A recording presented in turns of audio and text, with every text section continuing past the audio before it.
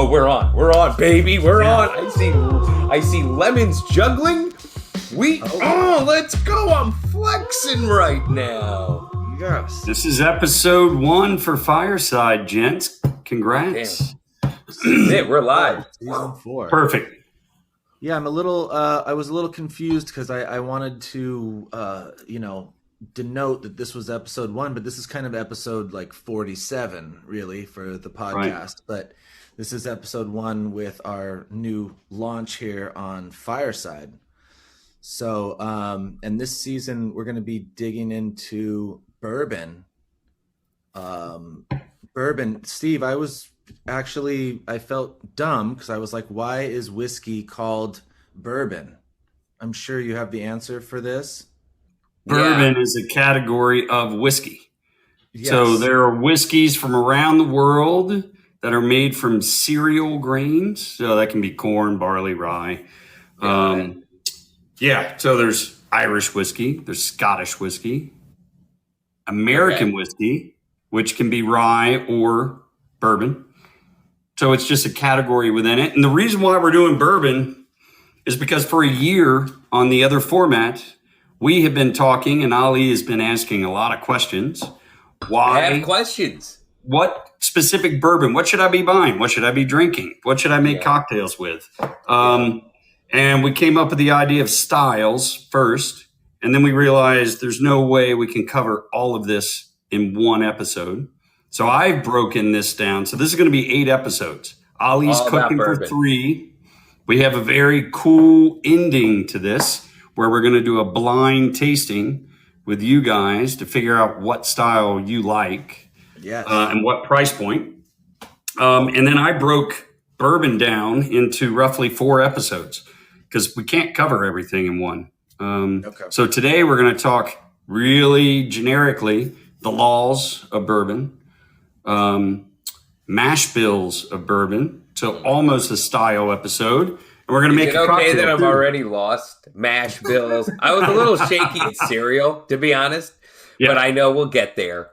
Yeah. All right, so continue. And we're going to make cocktails.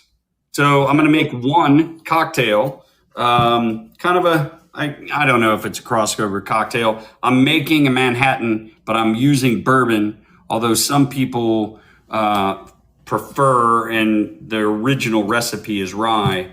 But turn of the century, previous century, rye was the biggest American whiskey, not bourbon. So rye was the original bourbon, if you will. Yeah, exactly. And the only difference is the main ingredient is the centerpiece. In the case of a rye whiskey, that is rye, has to be 50. I don't even think it's 51. I think it's 50. For bourbon, and let's just dive right into the laws. For bourbon, has to be 51% corn. That's it. It could be made anywhere in the U.S. There's a really kind of misunderstanding that it has to be from Kentucky. Anywhere in the U.S. Well, Steve, this is why I asked, because I was in my research. They were saying that bourbon is from Bourbon County. Yeah, I'm gonna go with that. That's what there's a lot of distilleries in Bourbon County, right? Kentucky. I think they're up to 65 or 70 distilleries in Kentucky, and that's up quite a lot, over 200% maybe. In the last 15 more than years. Their electoral votes, if you think. Yeah, because everybody's starting to, bourbon has taken off in the last 10 to 15 years, both as a collector and as a drinker, and then connoisseurs, people that just all they do is drink bourbon. I did see this week in a trade publication, I think they're at 12 million barrels. I'm going to get this totally wrong because I didn't write it down. I think it's 12 million barrels in Kentucky of bourbon aging right now. And the reason the article came out is because there's kind of an antiquated law that you're taxed on what is in the warehouse aging. So they think it would be a lot more barrels actually aging if that antiquated law was gone. That's a whole other side subject that we could dive into probably for a week. But there's a lot of barrels. I think there's 4 million people living in Kentucky. So if 12 million is the right answer, that's 3 times. Well, it ain't all going to them. Then that's the thing. And I just want to like jump in of why I wanted to, why I've been asking so many questions is like, I fell for bourbon. I fell for old fashions. I started to go to those, you know, those like speakeasy vibe cocktail bars that started to open up in like 2010, 2009, whatever. And the crazy thing is over the years, it's getting more and more expensive. Like I can't even get the same bottles I used to get before. I can't even buy them. I'd have to go to a bar and they're crazy expensive and I don't care anymore because I'm like, I've lost my way. But I will say this, that bottle you have, that Old Forester that is a bang for your buck bourbon to kind of quote my own vibe. I bought Old Forester for a few reasons, one of which, this is 100 proof.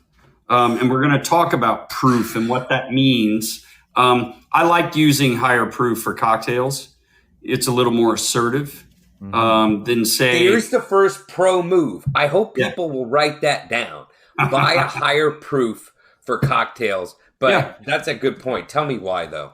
So it's got more body. It's got more oomph. It's going to power through whatever you're making so that the spirit that you're centering your cocktail around is going to show up to the party.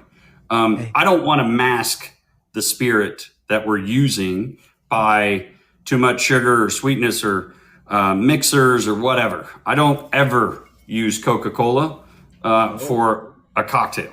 I don't drink pop, but I also don't want Coca-Cola to take the center stage of cocktail. I want bourbon to be our center stage. And what we're doing today, we're going to make a Manhattan.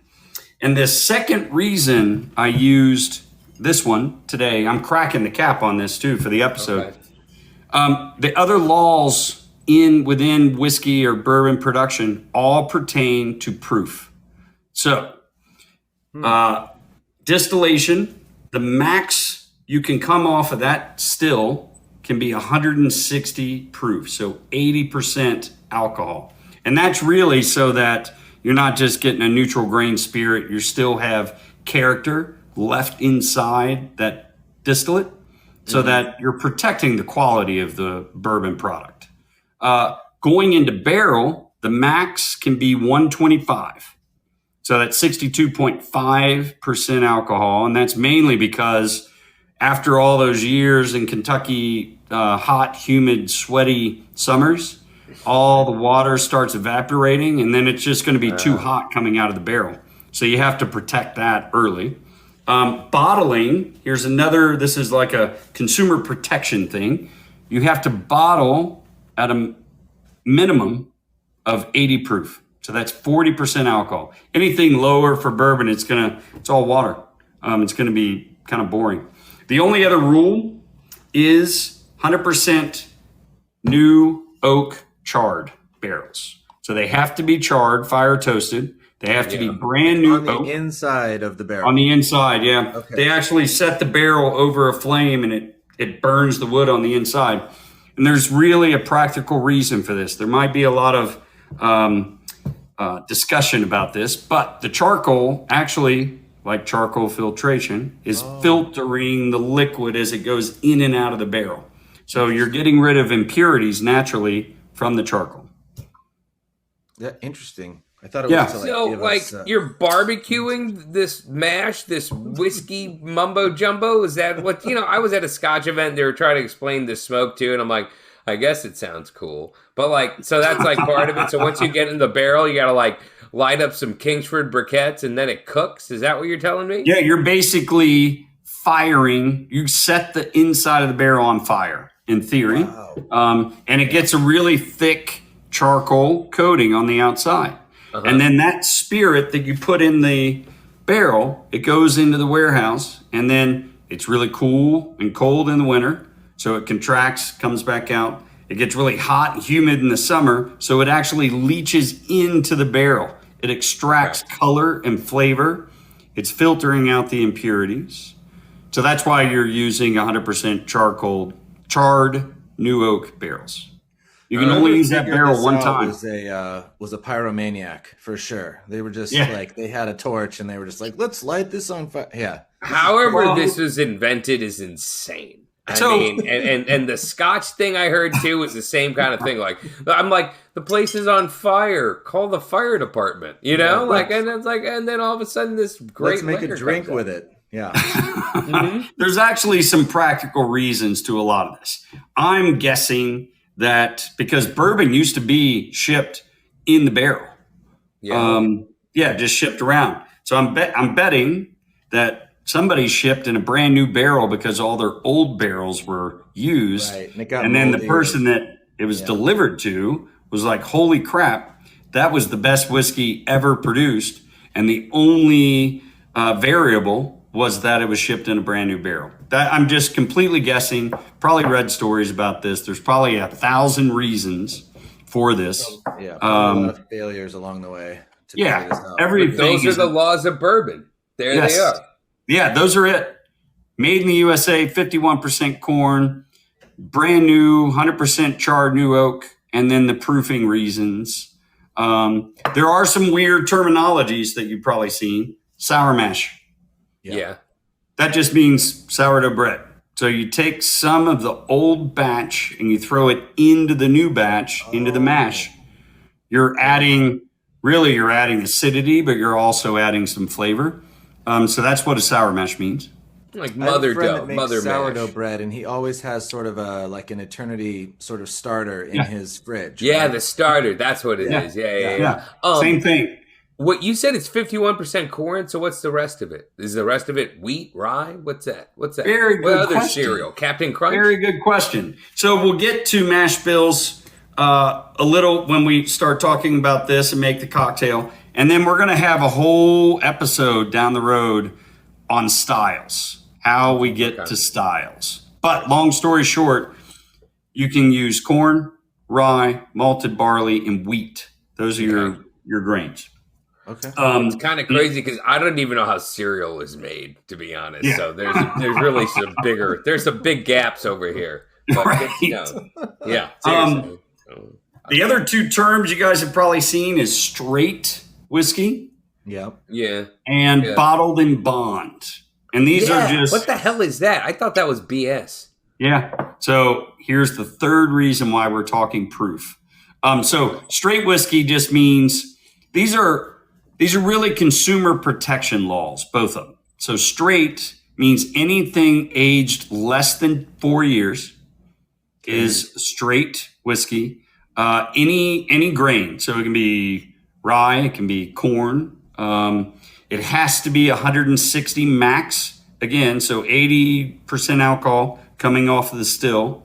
And then 125 going into the barrel. This is really just to protect the overall quality at the end. But straight really means less than 4 years of age. And then bottled in bond means single distillery, single distiller, single season. So this all came out of the summer corn and summer wheat that we just had in 2022. It's only made at Old Forester, all in the same season. It goes into a barrel. It has to be aged a minimum of 4 years in a bonded warehouse. So it's basically the bonded warehouse on site. By the way, this is not bottled in bond, but the final one is bottled at 100 proof minimum. Okay. Yeah. So that is the laws. A lot of whiskeys outsource their stuff from bigger places, if I'm not misunderstanding. Yes. Right? Yeah. So you as a person could go over to Louisville and go to a distillery on the other side of the river in Indiana called MGP. Used to be Seagram's, used to be, what was it? Allied to Mech, maybe. It's changed hands a lot. All they do is produce a ton of spirits from rye, from corn, bourbons, blah, blah, blah. You go through, taste some, decide, I love this barrel and that barrel. I want you to blend it and put it in a bottle. And I got a label called Crosby's Whiskey. Actually has a good ring to it. that has an excellent. Now, but I'm going to have to ask, is it straight whiskey or is it bottled in bond? Because what you're telling me is bottled in bond is better.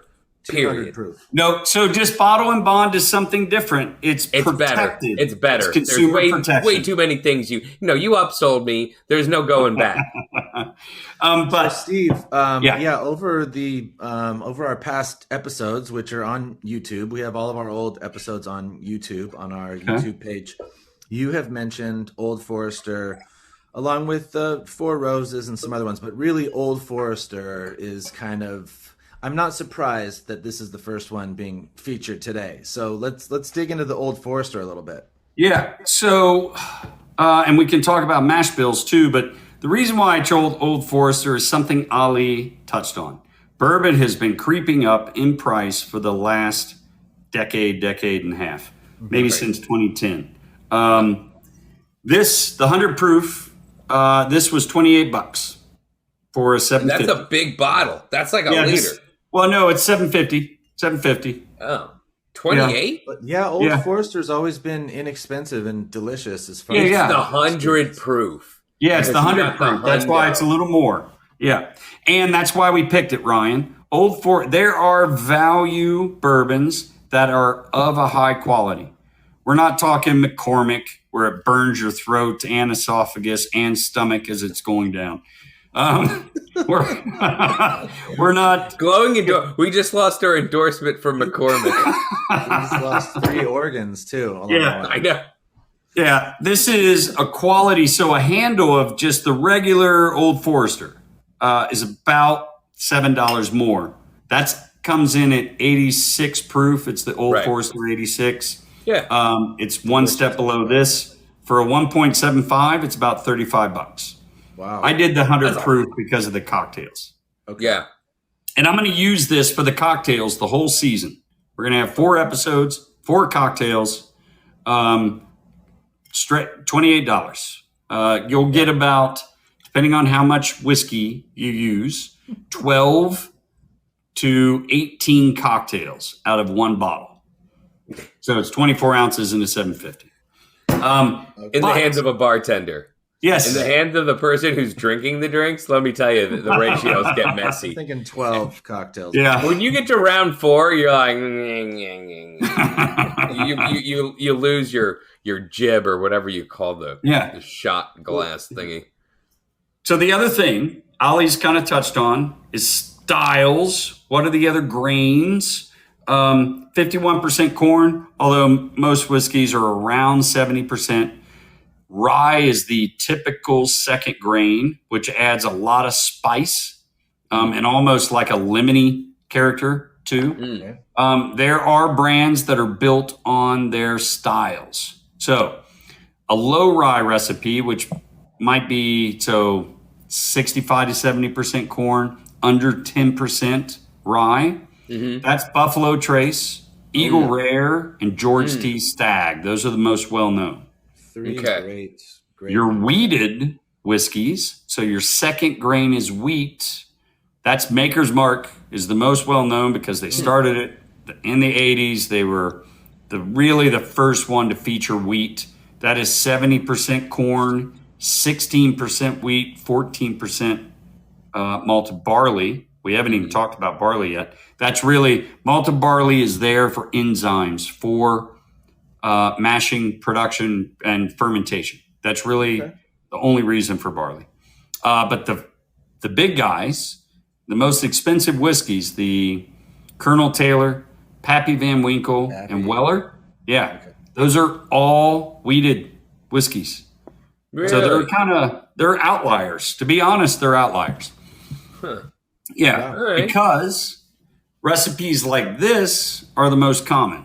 So Old Forester is a high rye, 72% corn, 18% rye, 10% malted barley.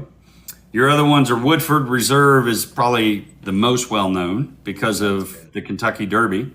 Blanton's, which is the one with the little horse on it. Also comes from Buffalo Trace and Elmer T. Lee. Those are all high rye.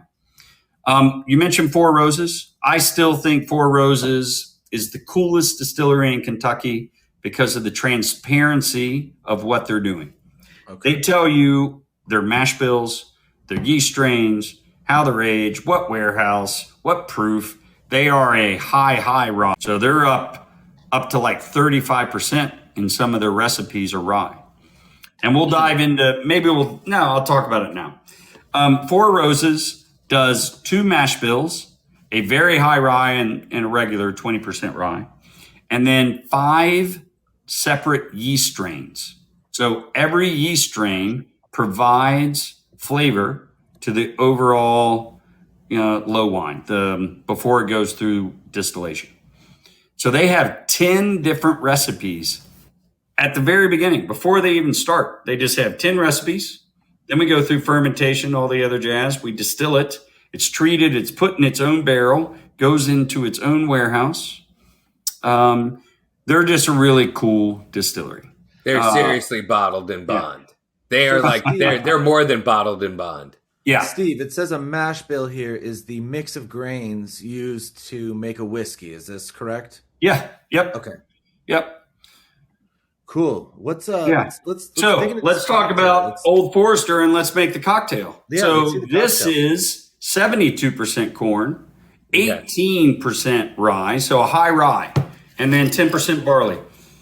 And you can smell it immediately. What time is it over there? Yeah, it's noon. Yeah, it's noon. Fair enough. You can smell it right away. High rye is very, very spicy, like a black pepper spice. Freshly ground black pepper. Love it. And in a cocktail, it does provide a little lemony, citrusy quality. The corn and the barrel is the sweetness. So the corn is a little sweeter. Okay. The barrel is giving that vanilla and caramel into the whiskey. If you're doing a wheated whiskey, which I would not make cocktails with because it's a little softer, it's lighter, it's more perfumed. Mm-hmm. That you would have what, straight or on the rocks? Yeah, or just sip neat, it. I guess. Yeah, neat on the rocks. You can just sip it. Maker's Mark is really easy to just drink. It's a very soft whiskey, bourbon. Okay. So Manhattans, like I said, traditionally rye, but we're using a high rye bourbon. So why not? Okay, fair enough. Special glass that you use. Yeah. Took the words right out of my mouth. There's this, I mean, look at that thing. It looks like we're going to have wine. Nora. You know? What do you call that? Nick and Nora's Infinite Playlist? What is that thing? Yeah. It is Nick and Nora. So let's grab. So a Manhattan is super easy. Okay. Basically like a martini. 2-to-1. 2 ounces of bourbon. Okay. 1 ounce of sweet vermouth, and then some bitters. So I just have 2 examples of bitters. This is an orange bitter. This is Angostura. I'm using Angostura. Classic. Just matches up really well. I was going to say, I feel like a lot of these recipes, you have to go buy like multiple bitters. You're at the store. I've been at the store. One time I was FaceTiming with Steve. I'm like, is this the right bitters? And bitters are like, when you're building a bar, it's like telling like the bachelor he or she never cooks. They're like, I spent all this money at the grocery store. I'm like, because you had nothing. So when I'm like tasked with going to the store to buy bitters, I'm like, damn, dude, I'm already out for the freaking whiskey and maybe something else. And now I got to drop another like $15. Those things are seven a pop. Yeah. Ish. Right. They last a while. Well, and these are the cherries. These are $18 for a jar of cherries. Crucial part of the Manhattan. Yeah, like Ryan just said, these last a long time. Ali, you're putting your bar together. Put the bar together over 3 to 6 months. Don't do it all in one shopping trip. And you'll have all this stuff. You'll have a thing of olives. You could have some pickled asparagus for Bloody Mary. This thing's getting vermouth, right?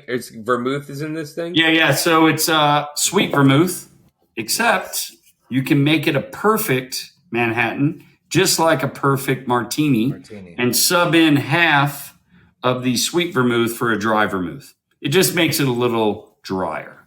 Okay. Right. Yeah. I'm not buying 2 vermouth, so we'll have to go with something imperfect. Continue. I have 3. So I have a sweet. No kidding. Yeah, I got a sweet white vermouth. I got the sweet red vermouth, and then I have the dry. But remember, buy 375s. Okay. Put the vacuum vent on it and put it in the refrigerator, and they'll last way, way longer. Ollie, I'll be getting to ice here soon. Yeah, we're coming up on ice right now. But I have an answer for you, Ollie. You asked. That ice was bottled in bond. You asked what a Boston shaker was, and I had to remind myself because I just call these shaking tins. A Boston shaker has the glass top, so this portion would be glass. I don't like it. It doesn't seal very well. Yeah, you can actually start spilling all over the place. So remember, 2-to-1. This is super easy. We start with our ice. I'm using. Oh my God! What is that? This is. I think a polar bear was on that thing a couple hours ago. That's just stirring ice or shaking ice. I just want to apologize in advance. Even in 40+ episodes, we haven't seen a glacier like that before. And he's never said stirring ice. And he makes this stuff from water that should have gone to starving children. So you can also use one of these. Just a regular your cocktail. Look at even his tongs. Look at the teeth of it. It's like a freaking crocodile. Tell me to get those tongs. These tongs are amazing. I have 3 pairs of these. They're for everything. I got to admit, those are some. Steve is part Eskimo or something. There's something going on. I don't know. So I tell people just to use the little OXO, or however you say the brand. This little 2 ounce because, and I'll show you why. You can do everything right here. I'm going to do 2 ounces of bourbon. Remember, 2-to-1 ratio. Okay. So Steve's only making 12 drinks from this bottle. Yeah, exactly. I did this before. Yeah, and then 1 ounce Carpano Antica. There's all kinds of sweet vermouths on the market. You can use whatever you want. Of sweet vermouth. Yep. And what is vermouth again? Because it's just an aromatized wine. Bunch of herbs and stuff inside the bottle. Herbs infused with wine. Got it. Yeah, it's aromatized wine. The proof of it is usually what? This is 20, isn't it? I can't remember. Okay. Hold on. So stronger than most wines. That's true. Oh, yeah. Hold on. Before I start talking smack, I can never remember the proof on this. It is... Sure, this is the first one of the day? 16.5. So a little less than 20. Smidge more than wine. Yeah. Like a mimosa you're making then. Great, good for you. Yeah, except mimosas are made with Prosecco, and that's 10% alcohol and super sweet. I was just... Can you imagine that Manhattan breakfast? That would be a lot of ouch. Yeah, that's going to be a tough tailgate. Angostura. Oh, we have someone wants to jump in here. Let's do it. Yeah. Frankie. Is Frankie here? What's up, fellas? Hi to him first. Can you hear me? Yeah, we can hear you. Hello, Frankie. Welcome to the party. Hey, man. Thanks. I quit drinking 8 years ago, but this is awesome. I like watching this. It's incredible to me. I was in the restaurant business 18 years, and the only part I sucked at was bartending. I mean, I could draw people to the bar, but when it came to mixing drinks, I was the guy that would pull that book out and be flipping through pages like Tom Cruise in Cocktail. Yeah. Oh, wow. But it's funny what you guys are doing here. And when I used to drink, my favorite morning drink was a nice light beer with some V8 on top. Ooh. Oh, yeah. Oh, kind of like a Michelada. That's like a Michelada, isn't it? Yeah, it was very delicious. Yeah, you were ahead of your time. I mean, now I feel like it's like you just say, I want to make a I'm going to stir. Hey, I'm going to I don't want this watering down, so I'm going to stir. Oh, yeah, he's about to freak out, Frankie. You don't understand. Steve does not like his drinks diluted. I'm surprised he's not stroking out right now, actually. So you can stir for as long as you want. 30 seconds is a really good starting point. Because what happens, besides it getting cold, and you can feel it here, you're diluting the drink. So the whiskey itself, another reason why I'm using 100 proof, so that it stays. Yeah. Stays proofy. Yeah, exactly. Oh my God, the strainer? Oh, I guess some. Oh, it's time. So that was it. You got everything in there. You stirred it. That is literally it. This is the easiest cocktail you could possibly make outside of a martini because it's the same recipe, same variation. Martini and Manhattan are really the same cocktail, just your spirit changes and the vermouth changes. Hey, Frankie, I want to congratulate you on 8 years, and thank you for jumping in on the show. It was great to hear from you. Glad you're enjoying it. Thanks, Frankie. Yeah, I'll jump off. Thanks, guys. No, you can stick around. Oh, please. Oh, I'll stick around. I can crack some jokes. Yeah, I like jokes. I could have opened up 5 beers in the time you made that drink, but I'm not judging. Well, Frankie, you're a professional. Steve's more of like a kind of an inspired artist, if you will. That's okay. So Steve, we're serving this.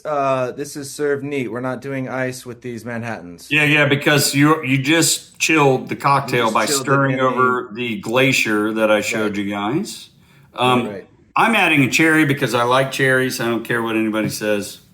Wait, what do people say? Hang on. So, is there a thing? Some people don't put cherry. No, I don't. Yeah, I don't know. These are my recipes. Right. This is the most traditional way to make a Manhattan is a cherry, but you can also take a little lemon peel. Yeah. Because remember, I said that rye provides this kind of lemony flavor. Mm-hmm. Just accent that with a little lemon twist. Yeah, I would hope with a lemon you would get a lemony taste. Exactly. Just throwing that in there. I know, yeah. No, the bourbon that we used is a high rye, so it actually has this kind of dusty. It's a lemony character at the very back. The dominant flavor on this is. Let's see this. Ooh, damn, that looks good, Steve. It does. Oh, there he goes. Good night. What can you whip up with the old Black House? That was my favorite. What's Black House?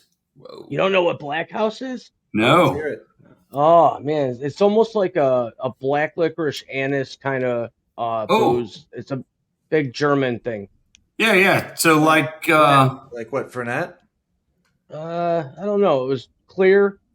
It was Black House. It's got like a purple black label, and it's not for the weak.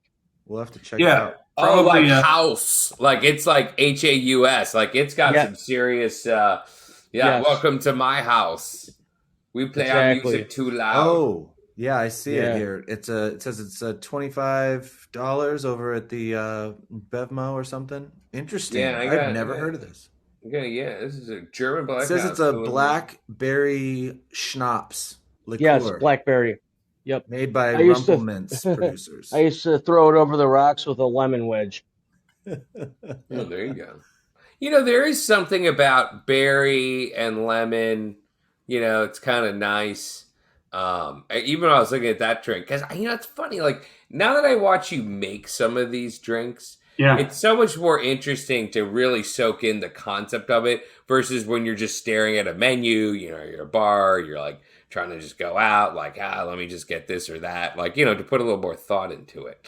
Yeah. I want to jump into the eat this right now. You want to have an eat this about this? So oddly enough, I attended a Scotch tasting event by Highland Scotch like 2 nights ago.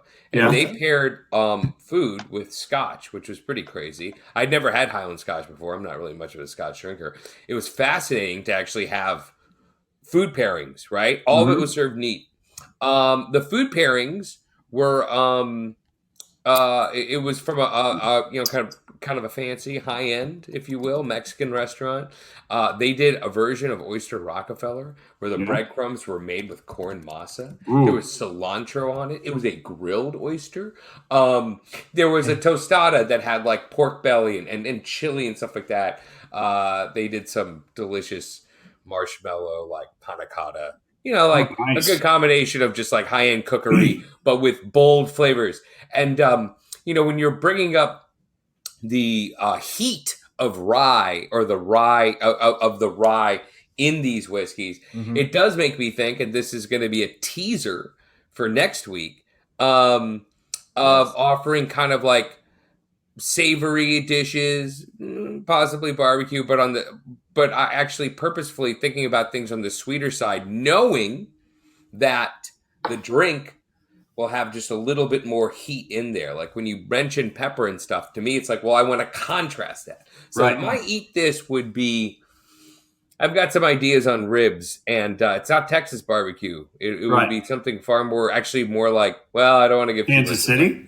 More like that? Kansas City sweetness? You're going to have to go more east, and that's all. What was the one, Ali? I feel like I saw you do a little bit on the internet with what was it, like a miso barbecue sort of thing going on? Or something like or wasabi? Perhaps.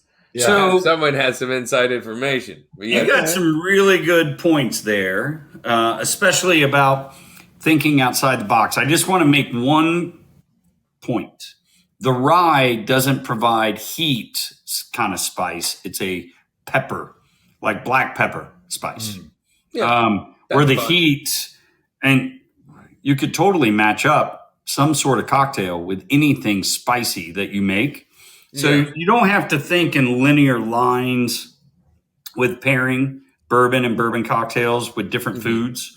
The obvious ones, anything smoked or grilled, but I like the idea of smoke oysters to go with this, right? And some sort of Rockefeller. That sounds delicious. By the way, was it Highland Park Scotch? Yeah. Okay. Yeah. They're really good scotches. I had they had one bottle that was just, I was like, I'd buy this. It was $110, but it was good. It was really good. Then they had like a more baseline one, a 12-year that was like $40, and I was like, then that's my zone. And I think why I'm excited about this season about bourbon is it's really difficult waters to navigate now, because the prices have really gone up, and it makes me kind of question what I think is, kind of worth it anymore, because some things are just way more expensive now. But what happens is you chase dollars, and what happens is you get stuck in certain flavor profiles. So even though you're saying like it's not pure spice, when you're drinking like a sweeter bourbon and then you switch to one not as sweet, there's that difference. There's a legit difference. Like I had an old fashioned that was 2 kinds of rye. Oh yeah, at Gage and Tollner, like old school Brooklyn steakhouse. It got redone, and now it's been like Bon Appetit put it in their top 50 best new restaurants. They were a James Beard semifinalist, and the bill was staggering. But I remember like it had like one. It was 2 ryes in there. One was 100 plus 101, like Wild Turkey or whatever. But I'll tell you though, for a bourbon guy, I had a rye old fashioned. It was a good cocktail because it was different. It was different, and I wasn't stuck on that sweeter side bourbon old fashions that kind of got me hooked into all this stuff in the first place. So you're just gonna have to give me a little rope. And let me tell you that you're firing. It's not Buffalo Hot Wings vinegar spicy, but it's different. It's almost a relief. It's like getting a toothpaste when you go from winter mint to just white. It's a relief. It's a relief to switch to rye. Well, I cannot wait for the last episode of this season. I think it's November 17th. You guys are going to try 4 different bourbons that I pick. Different price points, different mash bills, different styles, different everything. For you to go, holy crap, that's my bourbon. Or wow. I like this these is cool. too. Okay. Yeah. Because you won't know what they are until the episode at the very end. But the recap, though, because now that I have something to think about, I actually walk away with some actual knowledge to think about, is the big thing I'm walking away from here is understanding that this particular bourbon has a mash bill where the rye is a bit more pronounced. Yes. Yep. And it's 100 proof, so it stands out in the cocktail. Like this is not a sweet cocktail, even though There's 1 ounce of sweet vermouth because of the heat. It's 100 proof, and the spice from the rye. This is a really well balanced cocktail. And when you think about pairing, you always run the 2 lines of thought: contrast or similar. So similar would be anything sweeter. So a sweeter barbecue, a sweeter recipe goes really well with the vanilla and caramel in this bourbon and cocktail. But you can also contrast it with more savory or herbaceous rosemary chicken in this. Like a smoked rosemary chicken would be great too. I love the idea of that panna cotta. I don't know why. Dude, the food was like, and the thing is, they were just little bites, and you leave, and you're like, I want to eat more of that. This is not fair. You know what I mean? Yeah. But it was very Commodore, great restaurant in Austin. I got to tell you, that's great. That was, that's worth it. Ali, so you're coming at us next week with an eat this. Yeah. Okay. And I almost think we had kind of talked about it, but and I knew it would be on brand for bourbon, but actually in my, without actually tasting this cocktail, but certainly just what you've engaged my mind with, and also having that double rye old fashioned I had in New York. And it was, one of them was hot. It was like a Wild Turkey 101, but it was different than what I expected. Not what I would typically do. And it was cool, and it worked well with eating very expensive steaks. These steaks were like $4 an ounce. So you're gonna have an eat this for next week for episode 2, and then Steve is gonna we're gonna chime in with some of your bourbon knowledge of maybe what to pair with what Ali is bringing to the table. Yeah, and Ali, maybe make this Manhattan next week while you're cooking. Yeah, it's not a bad idea. Actually, that's what I should do is taste it. There you go. I'm all over the place next week, but we're gonna come in hot on I'm gonna have to do it's going to be a busy Saturday morning. Yeah. It's going to be a busy Saturday morning. Well, this was great, guys. Yeah. It was nice nice to see you. Cheers. Yeah, I might have to grab a bottle myself. I mean, $28, you can't really go wrong. And I love the Old Forester 86 proof. So 86. I mean, completely fair. Yeah. I did Old Forester. I went to a dinner that the guy whatever who owns the place did a couple years ago, and we had we kind of moved up. We had the 1897, the 1920. These are ones that are 40-ish, $50 or whatever. They're great. They're very good. They have a lot. They kind of I remember when I first had Four Roses, and I was like, I don't get what everyone's talking about. But then I had the Reserve whatever. Barrel Select. Is that the one? Yeah, the Barrel Select. Single barrel. Yeah. And then I'll tell you that small batch. Ooh, that's kind of. I'm kind of done right there. Yeah, I'm kind of done right there. That bottle did not last that long. Yeah, I'll tell you that much. Yeah. Did you have the President's Choice or Presidential Choice? It's their high end. It's their.